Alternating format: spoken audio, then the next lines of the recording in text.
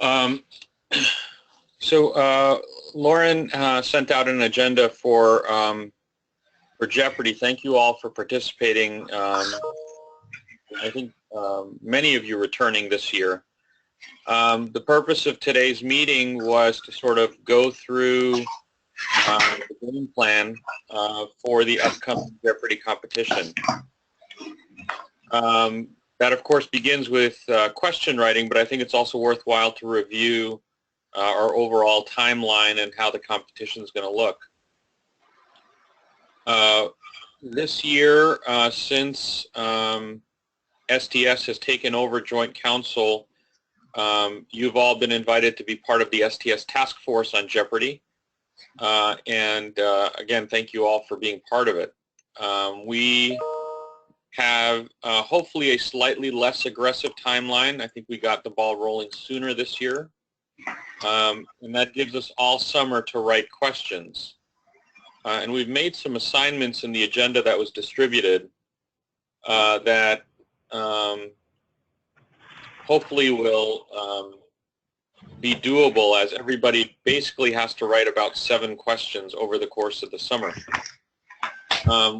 We somewhat randomly chose people to different topics according to their subspecialty. And again, we'll have questions due at the end of the summer on September 1st. That should give us a couple of weeks to review the questions, vet the questions, and generate the question boards. EACS is in October in Vienna. The Southern, which will be the U.S. competition, is in San Antonio in November. And then the finals, once again, will be in January at the STS. We had a discussion with Rafa and Patrick earlier this month, I think, talking about can we envision a way to get one of the finals at EACS, and that's something I think we should strive to keep doing and work on creative solutions. For those of you who are not so familiar with the question writing, the way we've organized it, and Lauren, can you just scroll down a little bit? The way we've organized it is by basically that we need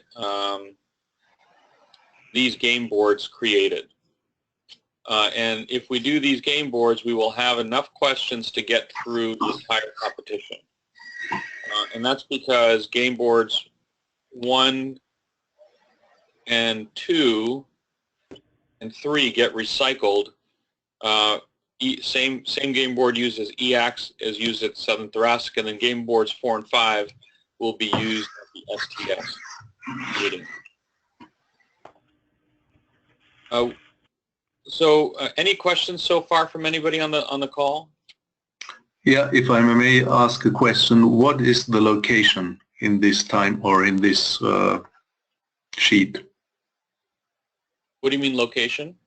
Well, there is first game board number, category, location, and then question writer. So you want to know what the location means? Yeah. Okay, we're going to show you what that means with a little demonstration. Okay. Because the location refers to the learning management system. That's the U.S. national curriculum. And we'll show you how to use it and how to get the questions written in a format friendly to the competition. Okay. Okay? Yep. Any other questions?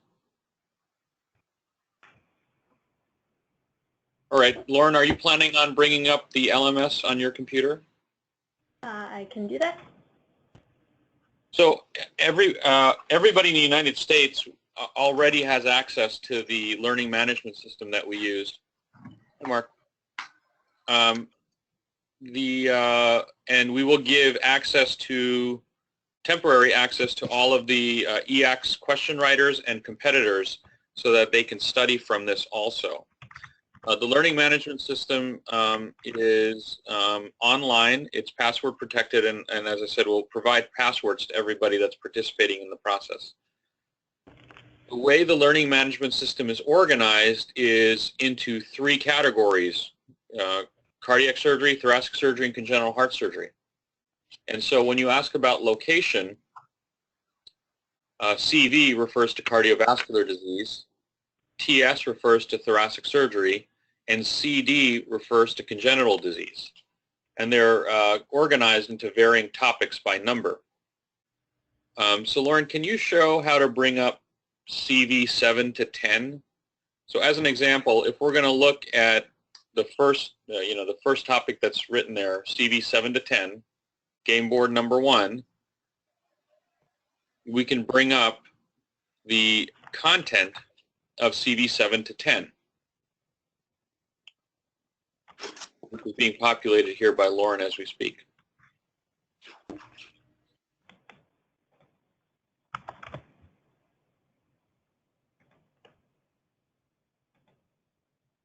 So now that we have CV 7 through 10 on the screen here, these are all the source documents for this part of the curriculum. That they include chapters, articles, videos, etc., etc. And if you click on one of them, they'll download as a PDF and you can read it. So this is Cone chapter, whatever it is. And this article is now available as a PDF for people to read. So how this relates to question writing is that we've instructed the residents in the competition that all the questions will be sourced from this learning management system. And if they study the learning management system, they ought to be able to find the answers to every question. The challenge there, of course, is we want to make it sufficiently hard that we're not just handing them freebies all the time. So, Lauren, why don't you open up one of those guidelines? Just the first one. Anyone, that's fine. So as a question writer, we can bring up these guidelines, and why don't you scroll down to something that I can maybe read.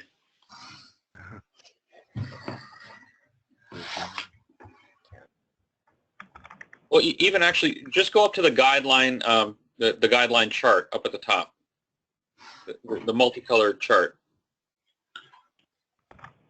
So a valid question here, can you just zoom in more? So we could very reasonably ask a resident a question based upon just this chart to say, when we say a guideline has a Class 1A recommendation, it means that the guideline is the following. And we can use the definition straight off this chart. That's a way to answer, to write a question. Or if you scroll down to something else, Lauren, we can pull a question out of the text. And I'll remind everybody that this is Jeopardy, so the questions are actually answers and the answers are questions. So that means the contestants answer with a question, which is what is, and what's on the board is a statement. Does everybody understand that on the call? Yes. Okay. So for example, here's, okay, stop moving now. Stop moving.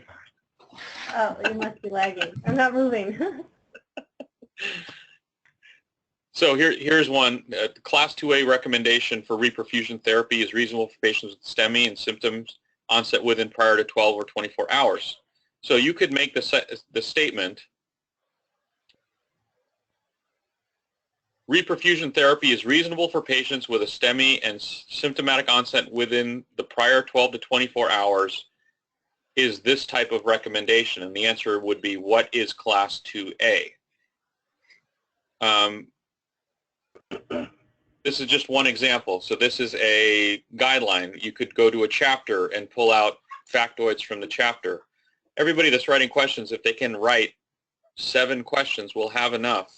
That'll give us an opportunity to review the questions, possibly modify some of the questions that we will do on other conference calls to make sure that they're clear. We also want to make sure that when you write the questions, you provide us with a very specific reference. So if you're pulling it from this guideline, we'd want you to cite the guideline and the page that you use to write the question. That way, when we're reviewing the questions, we can go back to the source document and make revisions as appropriate. Any questions on that? You still want, no, you still want a degree of difficulty for the 100 versus $500 questions? Yes, absolutely. The question writing, as you're writing the questions, try to grade them in difficulty. You don't necessarily need to say this is the most difficult, though that would be helpful. But we do want some questions that are easy, some questions that are middle, and some questions that are really hard. That'll help us change the dollar value, or in the case of the Europeans, the euro value.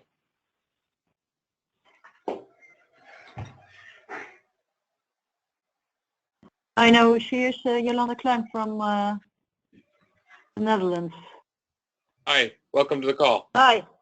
I can see the slides on the screen, but the microphone is not working, so I'm calling by phone, but I can see your screen. Okay.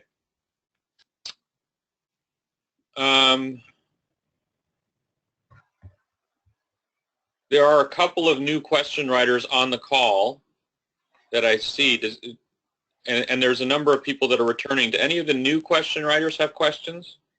Clarification we can provide?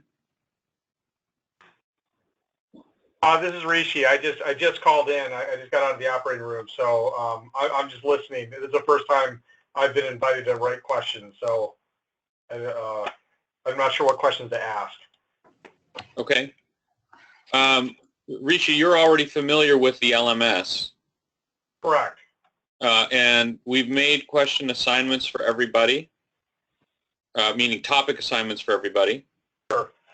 And this is Jeopardy, so remember the questions are in the form of an answer and the answers are in the form of a question. We want you to make sure that you very specifically cite where you're getting the content. So not only the reference, but it would be helpful to have a page also, because we will do question review. We want to have questions of varying degrees of difficulty from easy to hard, and that will help us construct the boards. And the reason we're specifically asking for 7 questions from everybody is for 2 reasons. One is because sometimes we find there's some questions that are written that are on more than one board. It can happen that the same content is in more than one source, so that we have the opportunity to throw away some questions. We also sometimes just throw out some questions because they can be confusing. And it also gives us a pool of questions to draw from as we're not only making a final Jeopardy question, but as we develop a bigger pool, we're eventually going to have to start recycling some of these questions. But we're not quite ready to do that yet. We don't have enough questions in the bank to be able to recycle. But I think in time we'll be able to do that.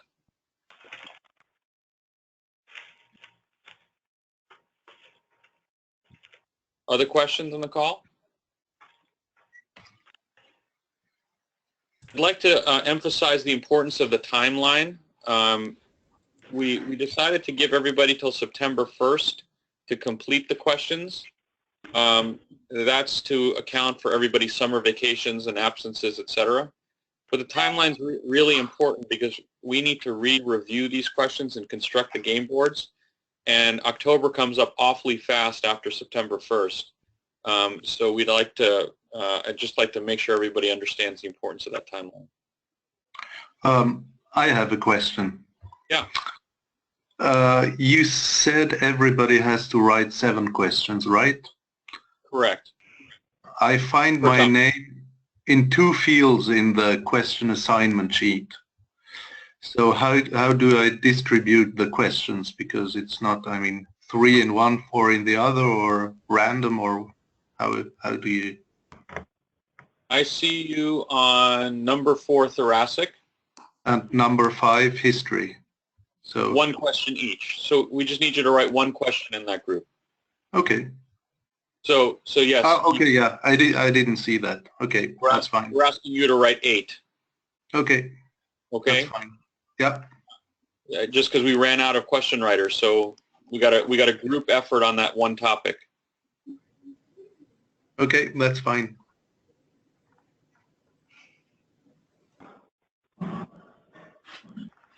Any other questions? It's going to be the shortest conference call ever. I think we should write it down. Are you going to send this spreadsheet around, or did we already get it? I think We we got got it with the invitation. What's that? I think We you already got it with the invitation. Sorry, go ahead, Nahush. It went out with the invitation for the meeting. But we can send it again.